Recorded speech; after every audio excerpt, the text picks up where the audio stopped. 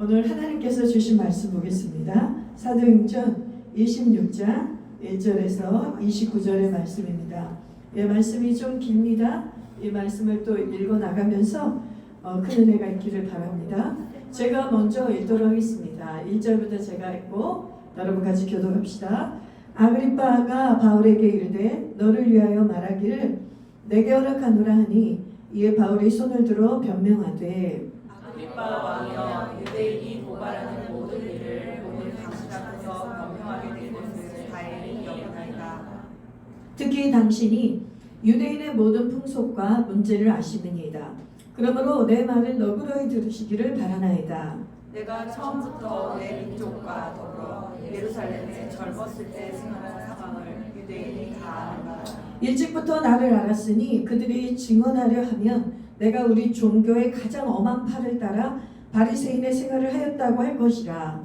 이제도 여기 서서 신분 받는 것은 하나님이 우리 조상에게 약속하신 것을 바라는 까닭이니 이 약속은 우리 12지파가 밤낮으로 간절히 하나님을 받들어 섬김으로 얻기를 바라는 바인데 아그리빠 왕이여, 이 소망으로 말미암아 내가 유대인들에게 고소를 당하는 것이니이다. 당신들은 하나님이 죽은 사람을 살리시는 어찌하여 믿을 것으로 여기시나이까. 나도 나사렛 예수의 이름을 대적하여 많은 일을 행하여야 될 줄 스스로 생각하고 예루살렘에서 이런 일을 행하여 그 제사장들에게서 권한을 받아 가지고 많은 성도를 오게 받으며 또 죽일 때 내가 찬성 투표를 하였고 또 모든 회당에서 여러 번 형벌하여 강제로 모독하는 말을 하게 하고 그들에 대하여 심히 격분하여 외국 성계까지 가서 박해하였고 그 일로 대제사장들이 권한과 이익을 받고 다메섹으로 갔나이다. 왕이여, 정오가 되어 길에서 보니 하늘로부터 해보다 더 밝은 빛이 나와 내 동행들을 둘러 비추는지라. 히브리 말로 이르되 사오라 사오라 내가 어찌하여 나를 박해하느냐. 가시체를 뒷발질하기가 내게 고생이니라. 내가 대답하되 주님 누구시니까? 주께서 이르시되 나는 네가 박해하는 예수라. 또 발로 서라. 내가 내게 나타난 것은 곧 내가 나를 본 일과 장차 내가 내게 나타날 일로 너로 종과 증세 삼으려 하면 이스라엘과 이방인들에게서 내가 너를 구원하여 그들에게 보내어 그 눈을 뜨게 하여 어둠에서 빛으로 사탄의 권세에서 하나님께로 돌아오게 하고 죄사함과 나를 믿어 거룩하게 되는 이 가운데서 기업을 얻게 하리라 하더이다. 아그리빠 왕이여, 그러므로 하늘에서 보이신 것을 내가 거스르지 아니하고 먼저 다메섹과 예루살렘에 있는 사람과 유대 온 땅과 이방인에게까지 회개하고 하나님께로 돌아와서 회개에 합당한 일을 하라 전하고 유대인들이 성전에서 나를 잡아 죽이고자 했으나 하나님의 도우심을 받아 내가 오늘까지 서서 높고 낮은 사람 앞에서 증언하는 것은 선지자들과 모세가 반드시 되리라고 말한 것밖에 없으니 곧 그리스도가 고난을 받으실 것과 죽은 자 가운데서 먼저 다시 살아나사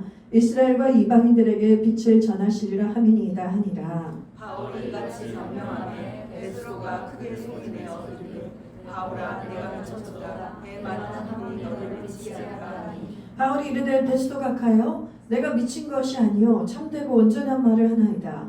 왕께서 이 일을 아시기로 내가 왕께 담대히 말하니 이 일에 하나라도 아시지 못하는 명령을 주나이다. 이 일은 한쪽으로 생각한 것이 아니니라. 아그리빠 왕이여, 선지자를 믿으시나이까? 믿으시는 줄 아나이다. 아그리빠가 바울에게 이르되 내가 적은 말로 나를 권하여 그리스도인이 되게 하려 하노라. 바울이 이르되 말이 적으나 많으나 당신뿐만 아니라 오늘 내 말을 듣는 모든 사람도 다 이렇게 결박된 것 외에는 나와 같이 되기를 하나님께 원하나이다 하니라.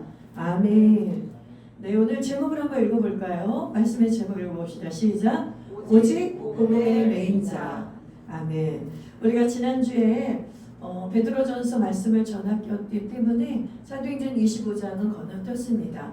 25장의 내용은 특별히 여러분과 또 나눌 만한 내용이 많지 않아서 오늘 26장으로 바로 건너가서 오늘 복음에 매여 있는 사도 바울에 대한 말씀을 여러분과 같이 강론하고자 합니다.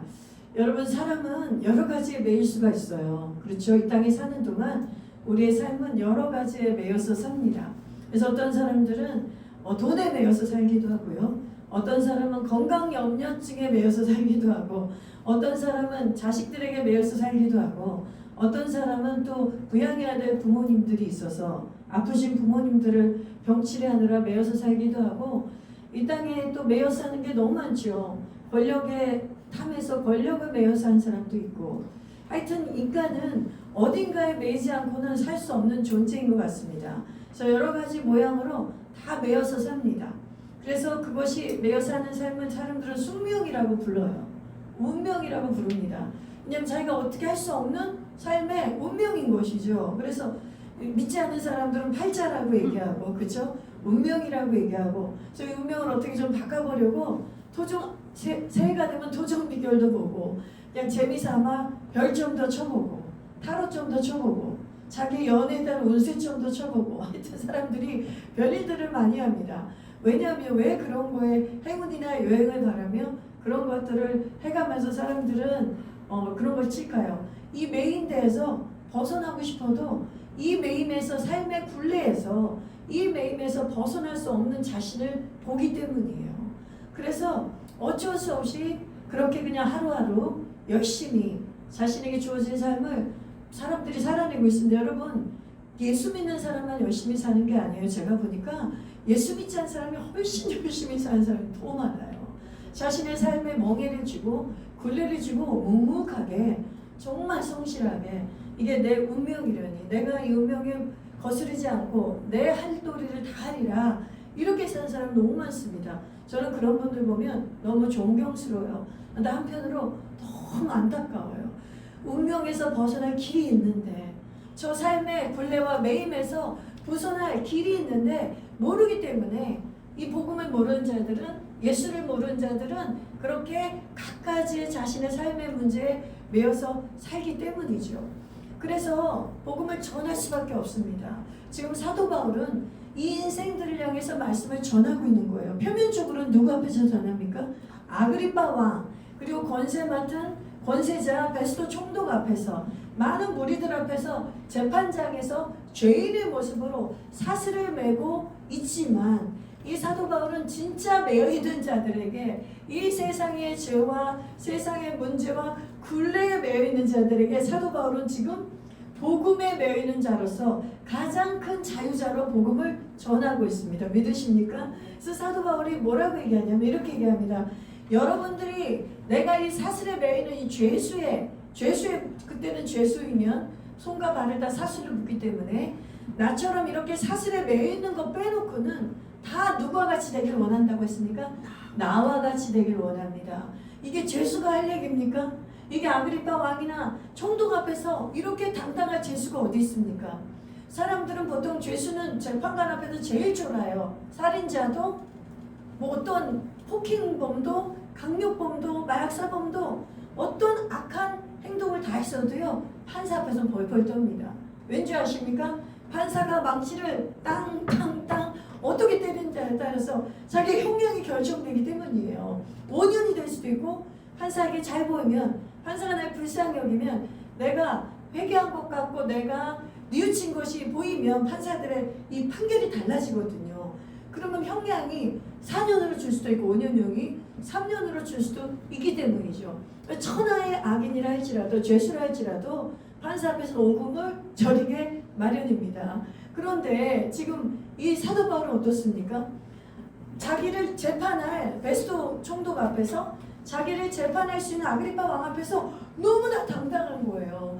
그러면서 나는 너희들이 보기에는 죄수라고 여기지만 나는 가장 이 땅에서 자유자다. 이 세상의 죄와 이 세상의 문제로 얽매인 당신들에게 내가 전해줄 소식이 있습니다. 내가 전해줄 자유의 현장이 있습니다. 내가 전해줄 기쁨의 소식이 있습니다. 그러니 아그리파 왕이나 베스도 각하 입장에서는 총독 입장에서는 얼마나 어이가 없겠어요. 그런데 부인할 수 없는 광채가 저 사람에게 있는 거예요. 저 사람이 분명히 사슬이 매있고 죄수로 있는데 고발당해서 와 있는데 저 사람의 얼굴은 다른 것이죠. 여러분 자유자의 얼굴은 다릅니다. 사람이 세상이 그 사람을 낙인 찍혀서 죄인이라고 말하고 해도 진짜 죄가 없는 사람 의인의 얼굴과 정말 자유로운 자의 얼굴은 달라요. 그러니 아그리빠 왕이나 베스도 각하가 이 사도 바울이 전하는 복음을 거의 다 들었어요. 만약에 이들이 사도 바울에게 있는 그 영적 권세, authority, 그 권위가 느껴지지 않았다면 한마디라도 듣겠습니까? 너의 죄에 대해서 변호해봐라. 유대인들이 너를 다 잡아 죽이겠다고 너를 고소했는데 내가 너의 죄목이 있는지 없는지 들어보겠다. 그러니 너를 변명해야 되는데 나의 죄에 대해서 변명하긴커녕 이 죄수가 해보다 밝은 그 영광의 얼굴을 가지고 왕들도 없는 그 영광의 얼굴을 가지고 왕의 권세를 가지고 말하고 있는 것이죠. 여러분, 이 땅에서 사슬을 맺지만 사도 바울의 머리는 지금 왕관이 씌워져 있는 것입니다. 누가 씌워주셨습니까? 우리 주 예수 그리스도께서 왕 되신 권세를 지금 사도 바울에게 사도의 권위를 준 것이에요. 이 세상의 눈으로 보이지 않지만 영의 세계에선 사도 바울은 엄청난 지금 왕관을 쓰고 왕이 갖고 있는 금올 같은 것을 들고 호령하듯이 말하고 있는 것입니다. 권세 있게 말하는 것이에요. 그것은 사도 바울이 가진 인간의 권세가 아니라 우리 하늘 아버지께서 예수 그리스도로 말미암은 그 구원을 받은 사도 바울에게 그 위대한 종에게 그 권세를 주신 것이죠. 그 권세가 뭡니까? 하나님의 자녀의 권세요, 왕의 권세입니다. 선십과 킹십이에요. 여러분, 우리가 예수를 믿고 우리가 죄인 되었다가 모든 사람이 죄인입니다. 로마서 3장 23절에 보면 모든 사람이 죄를 범하였음에 하나님의 영광이 이르지 못하더니 어느 의인이나 도덕적인 사람이나 권세자나 대통령이나 황제도 소용없습니다. 모든 사람이 죄인이라고 성경은 규정하고 있습니다. 그래서 아무리 하나님 앞에 가고 싶어도 이미 우리는 죄인이 되었기 때문에 거룩하신 하나님 앞에 갈 수가 없고 그 영광에 이룰 수 없다는 것이에요. 그런데 여러분, 하나님께서 예수 그리스도 이 땅에 보내셨죠. 오늘 본문에서 사도 바울이 만난 예수님을 이 땅에 보내셨단 말입니다. 사도 바울이 예수를 핍박하던 자예요. 오늘 사도 바울의 간증을 들어보세요. 그죠? 예수를 핍박했고 예수를 믿는 자들을 옥에 가뒀을 뿐만 아니라 예수 믿는 자가 순교당하고 죽임을 당할 때에 찬송표를 던졌고, 그 얘기가 누구냐면 지금 그 스데반 집사님이 순교당할 때 사도 바울이 증인이 되었습니다. 그래서 찬송표를 던졌다는 말이 지금 스데반 집사의 순교 그 현장에 자기가 있었다는 것을 증거하고 있는 거예요. 회당마다 가서 사람들을 강제로 개종시켰습니다. 억지로 모독하겠다고 그랬어요. 사람들에게, 예수 믿는 사람들을 두려움을 주고 공포를 줘서 순교를 각오하고 죽음을 각오해도 예수님을 모독하지 않는 사람들도 있었지만 결국은 예수님을 모독하는 사람들도 있었던 것입니다. 바울이 그렇게 증언해요. 내가 그들을 억지로 예수를 모독하게 했다. 그런데 누가 나타난 거예요? 그 예수가 사도 바울에게 나타난 것이에요. 어디 갈 때에 다메섹이라는 도시에 가서 자기가 외국 도시에까지 가서 예수 믿는 자를 죽이려고 핍박하려고 가고 있었다고 증거하잖아요.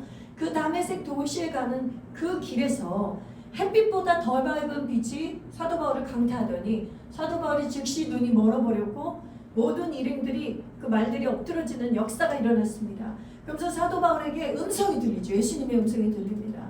사도 바울이 뭐라고 그랬습니까? 사도 바울은 영적인 사람이기 때문에, 예수는 믿지 않았지만 영적인 사람이기 때문에 지금 자기에게 벌어진 일이 이것은 인간적으로 일어날 수 없는 일이라는 걸 이미 깨닫고 있었습니다. 초제한적인 일이에요. 영적인 일이에요. 주님이 자신의 주 아도나이, 하나님이 행하신 일이라는 걸 알고 있었어요. 그러니까 자기도 모르게 사도 바울이 주여 당신은 누구십니까? 왜냐면 눈이 멀어버렸고 아무것도 보이지 않고 그 햇빛보다 밝은 그 빛 속에 두려워 떨며 사도 바울이 엎드려졌던 것이죠. 근데 사도 바울에게 예수님이 직접 음성으로 들려주십니다. 사울아 사울아. 사도 바울의 계명을 하기 이전의 이름이 사울이었습니다. 사울아 사울아, 네가 어찌하여 나를 핍박하느냐? 나는 네가 핍박하는 나사렛 예수라고 말합니다. 여러분, 사도 바울이 이 예수님을 만나버렸어요.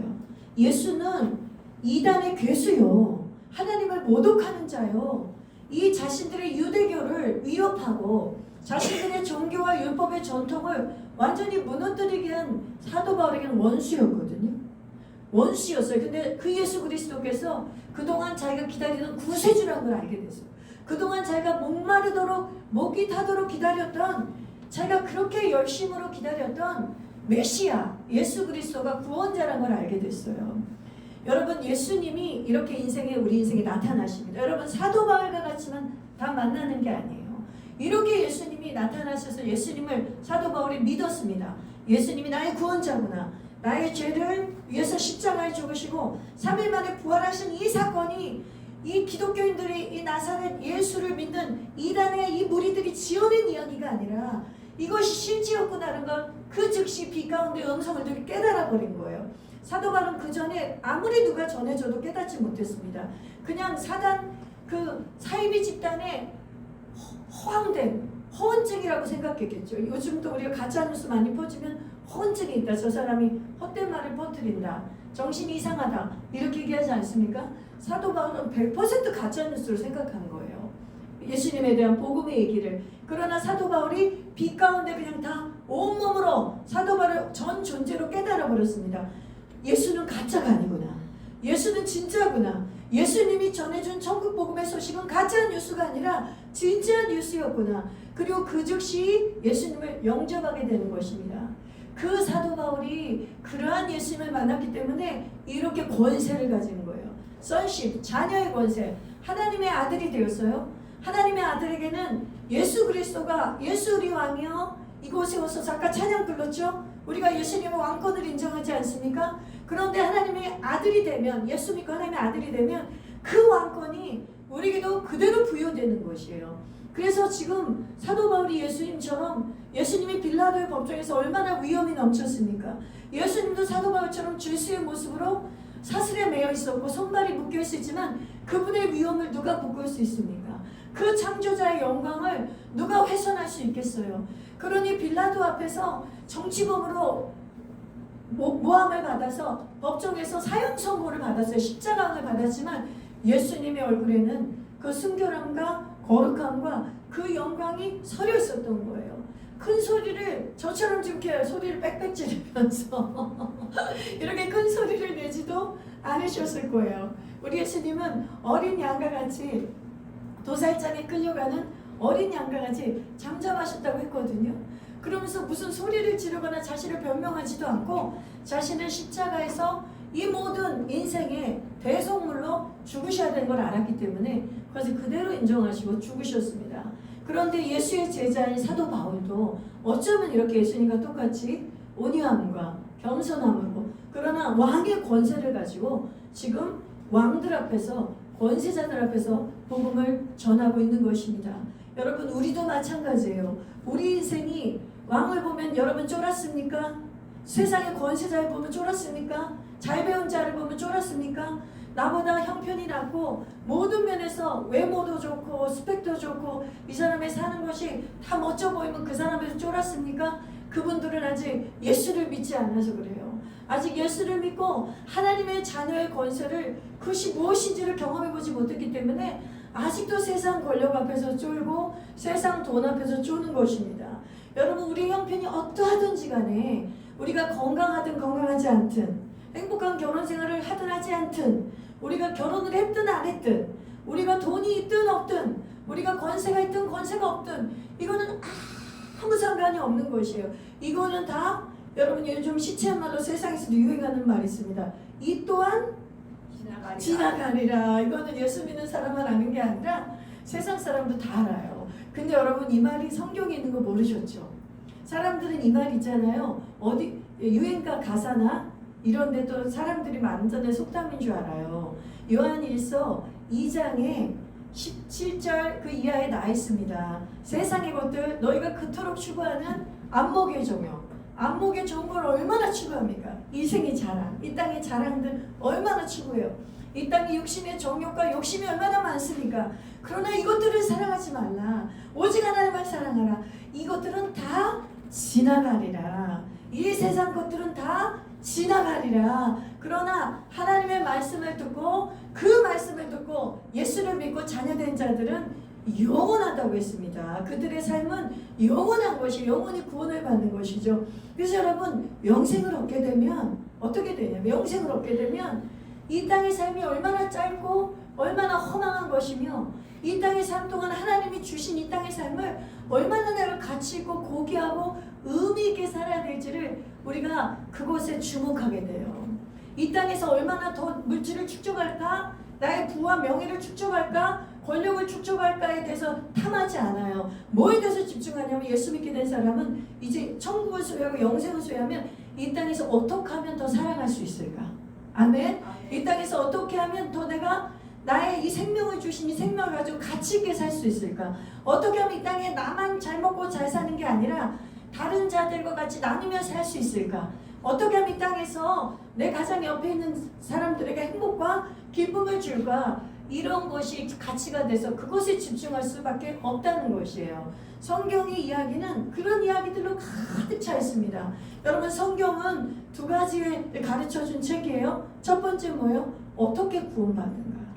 이 땅에서 구원받으려고 수많은 종교들이 있지만 그것은 성경은 진리가 아니라고 합니다. 오직 예수님만이 진리시요 하나님만이, 하나님의 말씀만이 진리로 가르치는데 그 말씀이 이 성경책입니다. 이 성경책을 읽으면 이 안에서 두 가지를 가르쳐 주는데 하나가 뭐냐면 구원을 어떻게 받을 것인가. 그래서 구원의 이야기가 나와 있어요. 그래서 성경을 읽고 믿으면 구원을 받게 됩니다. 그러면 두 번째 성경이 우리에게 가르쳐 주는 것이 뭐냐면 그러면 구원받은 사람은 어떻게 살아야 되나? 구원받은 사람은 어떻게 살아야 되나? 그러니 하나님을 믿은 사람은 성경을 읽고 하나님이 가르친 대로 살기 때문에 이 땅에서 정말로 품위 있게 살 수 있는 거예요. 진짜 믿는다면. 혹시 예수를 믿어도 교회만 왔다 갔다 하고 진짜 예수를 안 만난 사람은 성경적으로 살지 못합니다. 진리대로 살지 못해요. 하나님의 말씀대로 살지 못하기 때문에 세상의 손가락질을 받고 세상 사람보다 더 못하게 사는 사람도 허다합니다. 그 사람들은 꼭 기억하십시오. 아직 정말 예수님을 인격적으로 못 만났습니다. 그리고 만났다 할지라도 그분들도 아직 공사 중이에요. 고칠 게 너무 많은 거예요. 이 땅에서 살아오면서 너무나 많은 죄와 그 자신의 그 삶의 굴레 속에 지치고 상해서 이분들도 많이 고장나 있는 것이죠. 그래서 교회 온 사람들은 절대 다 완전하지 않습니다. 그래서 예수님이 우리에게 말씀하셨어요. 너희들이 그런 것을 보고 실족하지 말고 실망하지 마라. 왜냐면 나 예수는 의인을 위해서 온 것이 아니라 이 땅에는 의인 없고 죄인을 위해서 이 땅에 왔고 그 다음에 의사는 건강한 자에게 필요한 것이 아니라 병든 자에게 필요한 것이기 때문에 너희들끼리 연약한 자들 봤을 때 병자라고 생각해라. 병자 맞지 않습니까? 죄인이라고 생각해라. 죄인 맞습니다. 너도 죄인이고 나도 죄인이고 나도 병이 들어있고 저도 병이 들어있는데 그래서 너희들이 뜨겁게 서로 사랑하며 주님의 이 몸된 교회를 이뤄나가라고 예수님이 끊임없이 말씀하고 계십니다. 여러분, 그래서 이 복음을 우리 인생에서 받아들이는 것, 예수 그리스도가 나의 구원자가 되시고 그분이 나의 삶의 모든 수고하고 무거운 짐을 지셨으며 죄짐을 지신 것을 인정하고 예수님을 나의 구주로 받아들이면 여러분 인생 역전되는 것입니다. 한번 따라 볼까요? 역전되리라. 역전되리라. 크게 따라하세요. 역전되리라. 역전되리라. 역전되리라. 역전되리라. 다 로또 인생 꿈꾸지 않습니까? 우리 다 역전 인생 한번 꿈꾸죠? 그렇죠? 예, 여러분 역전 인생 된 분 교회 한 분 계십니다. 슬기롭고 보배로운 아내를 만나서 이제 역전 인생에 한 분 계세요. 그런데 그거하고 비교가 되지 않습니다. 예, 제가 예를 들었는데 그분이 좋아하실 걸로 믿고 예를 들었는데 모르겠네요. 어쨌든 사람을 만나도 역전 인생이 되고 서로가 좋은 만남을 만나도 역전 인생이 되는데 하물며 예수를 만났을 때 어떤 일이 벌어지겠습니까? 우리 두 분도 결혼한 지 얼마 안 됐는데 역전 인생 되셨죠? 네. 아멘을 왜 다행 안 하시죠? 예, 아멘 되셨죠? 예, 혼자 있을 때보다 두 사람이 하나가 돼서 저렇게 아름다운 가정을 꾸몄으니까 역전 인생이 된 겁니다. 그리고 앞으로 결혼해서 역전 인생이 된 분이 계시에요. 두 분 다 역전 인생 되셨죠? 네. 아멘으로 하답해서 교회니까 네. 아멘으로 다시 한번 아멘 아멘 맞습니다. 또 앞으로 부지기수로 역전 인생 될 분들이 여기 많이 계십니다. 아멘 하세요. 아멘. 네 아멘 아멘. 그러니까 제가 왜 이 예를 드냐면 아니 남자와 여자가 서로 만나서도 역전 인생 되는데 이 영혼을 책임져주는 예수님을 만나는데 어떻게 역전 인생이 안 되겠냐는 거예요. 맞지 않습니까? 그러니 여러분 이 복음을 여러분이 이미 받은 자예요. 그리고 아직 복음을 모르신 자, 모르는 분들은 예수님을 영접하세요. 마음을 열고 예수님을 영접하시기 바랍니다. 그럼 우리 인생이 새롭게 열립니다. 그래서 이제는 복음의 메인자로 살게 되어 있어요. 오늘 사도 바울이 뭐에 매였다고요? 오직 복음의 메인자로 살게 되는 거예요. 그럼 우리도 예수 믿고 역전 인생 돼서 그 다음에는 살아가야 될 뚜렷한 목표가 있습니다. 그게 뭐냐면 사도 바울처럼 이제 자유케 하는 이 복음을 전하는 삶을 사는 거예요. 어떤 형태로든. 저는 목사가 돼서 그 복음을 전하고 있습니다. 저는 목사가 되었으니 이 종의 이 역할을 죽기까지 충성으로 감당하겠습니다. 저는 그것을 목숨 걸고 감당하고 싶어요. 그리고 여러분들은 성도로서 부르심을 받았으니까 목사로서 복음을 전하지 않아도 때를 얻든지 못 얻든지 이제 여러분의 삶을 통해 여러분의 관계를 통해 여러분이 사도 바울과 같이 복음의 메인자가 돼서 복음을 전하는 그런 사명이 있는 것입니다. 아멘. 우리 말씀을 한번 로마서 1장 16절 17절의 말씀을 보겠어요. 복음의 메인자는 어떤 생각을 가지기 때문에 복음의 메인자가 되냐면 복음에 대한 이런 사도 바울 같은 확신이 있어야 복음의 메인자가 돼요. 우리가 복음의 메인자가 되는 실천적인 걸 이제 나누는 거예요. 우리 로마서 1장 16절 17절 크게 한번 읽어봅시다. 시작.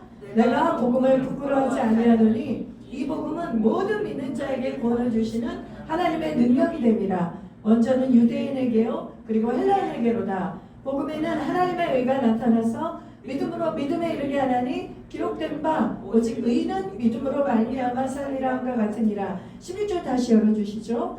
복음을 사도 바울이 부끄러워하지 아니한다는 거예요. 여러분 이 말씀에 우리 충격을 받아야 됩니다. 왜냐하면 이 땅의 많은 현대인 크리스천들은 복음을 부끄러워합니다. 그래서 내가 예수 믿는 거, 내가 교회 다니는 것을 자랑스럽게 얘기하지 못해요. 직장에서는 어디서나 웬만하면 숨기려고 합니다. 왜냐하면 눈에 띄어봤자 돌 맞으니까요. 눈에 띄면 좋을 게 없고 세상은 눈에 띄는 사람을 가만두지 않지 않습니까? 그러니 웬만하면 회색지대에서 살고자 합니다. 그러나 여러분 복음을 만난 사람, 예수를 만난 사람은 그럴 수가 없어요. 복음이 부끄러운 것이 아니라 하나님의 능력이라는 걸 알고 있기 때문이에요. 이제 나도 예수 믿고 하나님의 능력을 얻어서 구원받은 자녀가 되었는데 내가 이것을 몰랐으면 몰랐을까? 이제 이 은혜와 능력을 알았는데 어떻게 복음을 안 전할 수가 있겠어요? 어떻게 불신자인 내 자녀에게, 불신자인 내 가족에게, 내 형제에게, 내 친구에게 어떻게 복음을 안 전할 수가 있어요? 왜냐하면 내가 복음을 부끄러워하지 않고 복음이 하나님의 구원을 주시는 능력이라는 걸 알았는데 여러분 명심하십시오. 여러분이 사도 바울처럼 복음의 메인자로 앞으로 살려면 복음을 절대로 부끄러워하시면 안 됩니다. 아멘. 복음을 자랑스럽게 생각하십시오. 아멘. 다시 한번 아멘. 예, 이 땅에서 내가 가진 것 중에 제일 자랑을 해야 될 게 누굽니까? 예수 그리스도. 이 땅에서 내가 가진 것 중에 가장 늘 입에 달고 살아야 될 분이 누굽니까? 예수 그리스도. 야, 저 사람은 예수님밖에 자랑할 게 없나 봐. 그 정도가 돼야 합니다. 저 사람은 입을 열어서 입만 열면 예수야. 아니 아무것도 없나 봐. 자랑할 게 아무것도 없나 봐. 그게 아닙니다. 복음을 만난 것, 복음의 영광을 경험한 거예요. 하나님의 능력을 경험한 거예요. 그래서 내가 이 세상에서 내 사랑하는 자들에게 전해줄 가장 스페셜한 것은 복음이 1순위라는 걸 아는 거예요.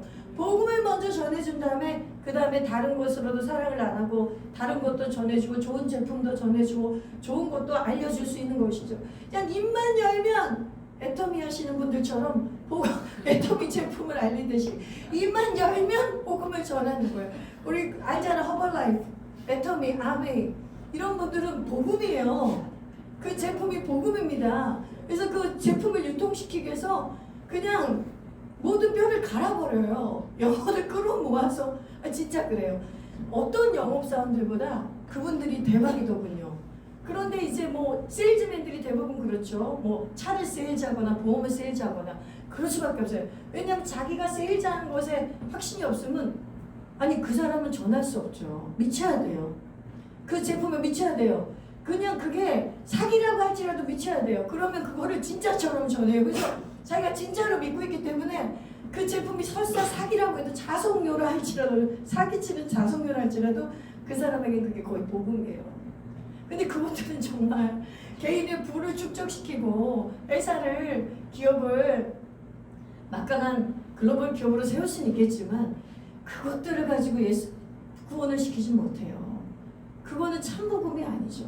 그런데 우리 예수 믿는 자들이 그런 보험 세일즈, 자동차 세일즈, 그 다음에 이렇게 뭐 이런 애터미나 이런 다양한 제품들의 세일즈 하는 사람만큼의 열정도 없는 거예요. 예수에 대한 그런 자랑스러움이 없는 거예요. 복음에 대한 그런 자랑이 없는 거예요. 왠지 아세요? 자기가 믿고 있으면서도 뭔가 찝찝해요. 그러니까 아직 뭔가 부끄러워요. 그건 뭐냐면 아직 예수님을 정말 진하게 못 만난 거예요. 성령으로 완전히 장악되지 못한 거예요. 그래서 예수를 영접한 다음에 교회에서 왜 교회 생활 매일 해야 되는지 아세요? 매주 훈련받는 거예요. 이 복음이 얼마나 하나님의 능력인지. 우리 일생 동안 내가 올인해야 될 거는 이 복음밖에 없다는 거를 알게 하고 깨닫게 하려고 교회를 나오는 거예요. 하나님의 용사가 되고 제자가 되어서, 왜냐면 이 땅이 다가 아니기 때문에 이 땅에서는 잠깐 살다가 저 영원한 천국에 가서 하나님이 주실 그 어마어마한 상급들은 구원받은 걸로 상급받는 게 아니라, 상급은 이 땅에서 어떻게 우리가 예수 믿는 자들이 복음을 전했는지에 따라 상급을 받는 거예요. 그러니까 하나님은 이 두 개를 다 주고 싶은 거예요. 일단 너희가 예수 믿어서 죄에서 구원을 받아라. 죄에서 자유를 얻어라. 그리고 너희가 나의 자녀로 살아라. 그런 다음에 이 땅에서 복음을 부끄러워하지 않고 복음의 메인자로 살아라. 그러면 영원한 그 영생 속에 너희를 준비된 영광의 도성이 준비되어 있다는 것이죠. 이것이 확신이 된다면 이 땅에 어떤 세일즈맨하고 우리가 비교할 수 있겠어요. 우리는 정말 우리가 복음을 부끄러워하겠다는 걸 인정해야 됩니다. 왜냐하면 복음을 부끄러워하기 때문에 자랑을 못하는 거예요. 내가 복음에 부끄러워하지 않고 복음에 매여있고 자랑을 하고 있다면 반드시 이 복음 사역은 활발하게 이루어질 수밖에 없습니다. 여러분, 그리고 왜 복음 우리가 전해야 됩니까? 로마서 10장 17절. 복음의 메인자가 그러면 왜 복음을 전해야 돼요? 한번 열어보세요. 읽어보시죠. 시작. 그러므로 믿음은 들음에서 나며 들음은 그리스도의 말씀으로 말미암았느니라. 네, 여러분, 복음은 누가 얘기해 줘야 돼요. 절대 자기 혼자 꿈에서 계시를 받거나 예수님이 나타나는 경우가 있어요. 이슬람 나라라든가 이스라엘 같은 나라는 아예 성경이 없고 복음을 합법적으로 전할 수 없기 때문에 실제로 꿈에서 예수님이 나타나요. 그리고 우리나라에서도 실제로 그렇게 예수님이 꿈에 나타나는 경우도 있어요. 그러나 대부분의 복음을 전할 수 있는 나라는 저 원리대로 복음이 전해집니다. 누가 제품 설명을 해줘야 그 제품을 알듯이, 누가 보험에 대해서 얘기해줘야 알듯이 복음도 누가 얘기를 해줘야 되는 거예요. 그러면 처음에 들었을 때는 허투루로 들어요. 아유, 너나 잘 믿어. 너나 잘 믿어. 나는 우리 집 불교야. 우리 무교야. 너나 잘 믿어. 그리고 야, 반평생을 넘게 이미 불교 살았는데 야, 그 종교도 충실해야 돼. 이러면서 그 충성을 해야지. 이양 조상들이 믿던 걸 믿어야지. 그 바꾸면 집에 분란 생겨. 대부분 사람들이 처음엔 이렇게 받아들여요. 왜? 당연하죠. 이 사람들은 귀가 아직 안 열렸잖아요. 누가 여러분들이 복음을 전하면 왜 제전했어요? 왜 제전하셨어요? 저는 당신의 복음을 기다리고 있었어요. 이렇게 말할 사람은 거의 없어요. 그냥 헛통으로 들어요. 그리고 야, 쟤는 참 광신자다. 저 그렇게 생각해요. 저 사람은 참 좋은데 좀 부담스럽네. 상당히 광신자야. 그러면서 그렇게 생각하지만 참 희한한 게 이 전염이 되거든요. 복음은 한 번 듣고 두 번 들으면 자꾸 마음이 바뀌는 거예요. 그래? 뭐 나쁠 건 없겠지? 맨 처음에는 이제 막 이렇게 거부하다가 나쁠 건 없겠지? 그리고 또 계속 전하면은 어떻게 돼요? 한번 나도 교회 가서 복음이 뭔가 드러나 볼까? 이런 마음이 생겨요. 이런 단계를 거쳐서 다 전도자들이 전도 대상자가 오는 거예요. 맞죠? 예, 맞습니다. 그래서 여러분, 반드시 우리는 한 번을 복음을 전하면 안 되고 계속 수위를 조절해 가면서 그 사람을 너무 부담스럽게 하거나 인격을 모욕하거나 이러면 안 되죠. 그 사람을 사랑해주고 격려해주고 배려해주면서 때를 얻든지 못 얻든지 하나님이 야, 지금 한 번 더 해봐. 이런 마음을 주시면 즉시 순종해야 되는 거예요. 믿으십니까? 왜냐하면 들어야 그 전도 대상자들이 예수를 믿을 수 있기 때문이에요. 그럼 보십시다. 디모데후서 4장 2절에 보세요. 읽어봅시다. 시작. 너는 말씀을 전파하라. 때를 얻든지 못 얻든지 항상 힘쓰라. 범사의 오래 참음과 가르침으로 경책하며 경계하며 권하라. 때를 얻든지 못 얻든지가 너무 중요해요. 왠지 아세요? 그 사람의 때가 언제일지 몰라요. 그러니까 우리는 그 사람이 거절해도 나는 계속 전해야 돼요. 그 사람의 때가 언제일지 몰라요. 다음 주에 우리 에어컨 청소해 주시는 선생님이 오실 거예요. 오늘 오시기로 했는데 집에 사정이 생겨서 못 오신다고 오늘 문자가 왔어요. 제가 이번 주에 에어컨을 청소했어요. 화요일 날. 그런데 그분이 너무 인상이 선해서 정말 혹시 예수님 저는 이게 일하러 오신 분들 꼭 물어봐요. 정수기 아저씨, 에어컨 아저씨, 뭐 모든 아저씨들 오면 일단 물어봅니다. 왜냐면 저는 교회 목사니까 교회 오신 분들이니까 그런 얘기 물어봐도 위화감 안 드시더라고요. 그러니까 안녕하세요. 저는 여기 목사이고 다 놀래요. 어이구 그 여자가 목사냐고. 그 에어컨 아저씨는 저한테 권사님 계속 불렀어요. 그래서 제가 아저씨 무한하게 안 해드리려고 그냥 가만히 있다가 마지막 인사할 때 사실 저는 목사예요 그랬더니 그분이 막 쑥스러워하시면서 나는 교회 다니는 저 나이 또래는 다 권사님인 줄 알았대요. 그래서 괜찮습니다 그랬는데 그분이 너무 인상이 좋아서 어려서 예수 믿고 지금 안 믿는데요. 그러니 이제 이분을 놓치면 안 되는 거잖아요. 그래서 예수님 믿으세요. 예수님 믿으세요. 그랬더니 이분이 지금은 안 다니는데 자기가 자꾸 말을 해요. 뭐라고 하냐면 한 달에 한 번 가위가 눌린대요. 가위가 눌리면 꼭 시편 23편을 외우면 돼요. 어려서 선생님이 가르쳐준 여호와는 나의 목자시니 내게 부족함이 없이로다. 그 사망의 음침한 골짜기 있잖아요. 그 안에 구절이 내가 사망의 음침한 골짜기를 다닐지라도 해를 두려워하지 않을 것은 주께서는 함께 하시니라. 근데 놀랍도록 그거를 자기가 읽고 나면 가위 눌림이 없어진대요. 어머머 선생님 꼭 오셔야 되겠어요. 그러면서 제가 갑자기 성령님의 음성이 들렸어요. 복음을 전하다가 이분에게 삼계탕 값을 팁으로 드려라. 그런 마음이 주시는 거예요. 그래서 얼른 가서 큰 돈 아니지만 2만 원을 드리면서 선생님 삼계탕 사드세요. 오늘 선생님이 저희 에어컨이 너무나 더러워서 진짜 더러웠거든요. 그래서 너무 고생을 하시면서 진땀을 흘리셨는데 이 땀을 삼계탕으로 보충하십시오. 그러면서 드렸어요. 그랬더니 막 안 받으시려다 결국은 받으셨어요. 그러면서 막 물고가 열린 거예요. 그래서 결국은 그분이 저에게 한번 오시겠다고 했어요. 그래서 오늘 오기로 그 문자로 서로 주고받았는데 어쨌든 오늘은 못 오신다고 하셨고 목사님 다음 주에는 꼭 하겠습니다 이렇게 얘기했어요. 얼마나 기뻤는지 이분에게 제가 그 때를 놓쳤다면 이분이 이 삼계탕 한 그릇에 낚일 줄 누가 알았겠냐고요. 저는 모르죠. 근데 하나님은 아시는 거예요. 이분 마음이 제가 농담을 하는 게 아니라 예비되어 있는 걸 하나님이 아신다. 그러니까 저는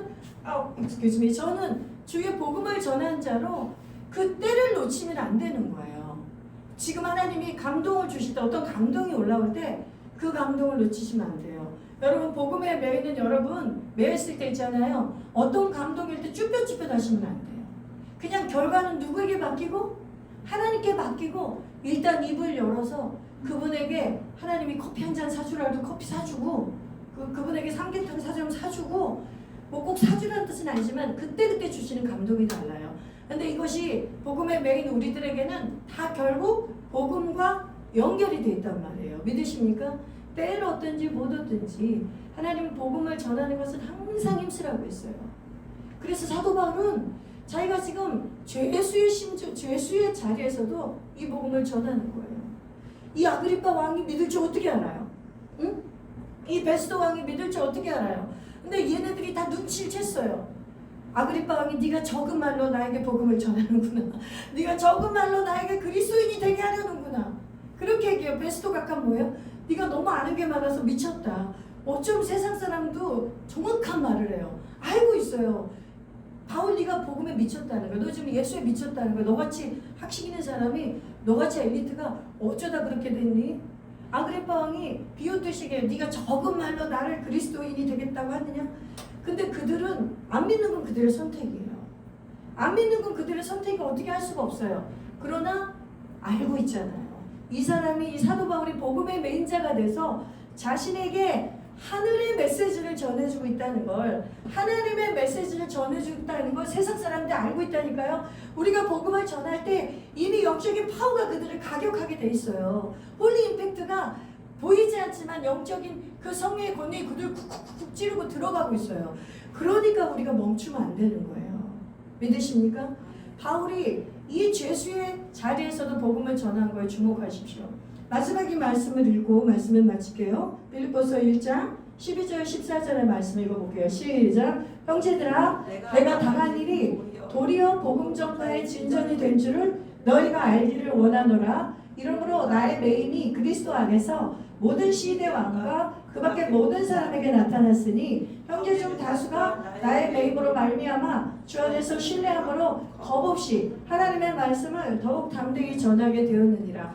지금 저거는 사도 바울이 빌립보 성도들에게 감옥에서 쓴 편지거든요. 내가 매여 있다는 건 뭐냐면 이제 여기에서 재판 받잖아요. 사도 바울이 로마에 끌려가요. 그래서 로마의 감옥에서 빌립보 성도들에게 감옥에 갇혀 있으면서 지금 이 편지를 쓴 거예요. 지금도 죄인된 죄수의 자리에서 복음을 왕들에게 전했죠. 총독에게 전했죠.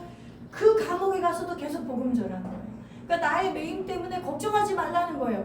내가 오히려 감옥에 갇혀서 주의 복음이 전해지고 있다는 거예요. 그리고 내가 하도 담대하게 전하니까 형제들이 마음의 담대함을 얻어서 사도 바울이 가택연금 상태였기 때문에 사도 바울에게 들락날락하는 사람들이 있었거든요. 형제들이. 그 형제들이 오히려 담대해져서 복음을 전했다는 것이에요. 얼마나 놀랍습니까? 감옥 안에 사도 바울과 같은 왕권을 가진 자가 복음의 메인받은 자가 복음을 전하니까 이 복음의 권세와 영향력이 다른 연약했던 성도들의 믿음을 소송시켜서 그들까지도 담대함으로 복음을 전하고 복음의 메인자가 되게 했다는 것이죠. 아멘. 말씀을 정리합니다.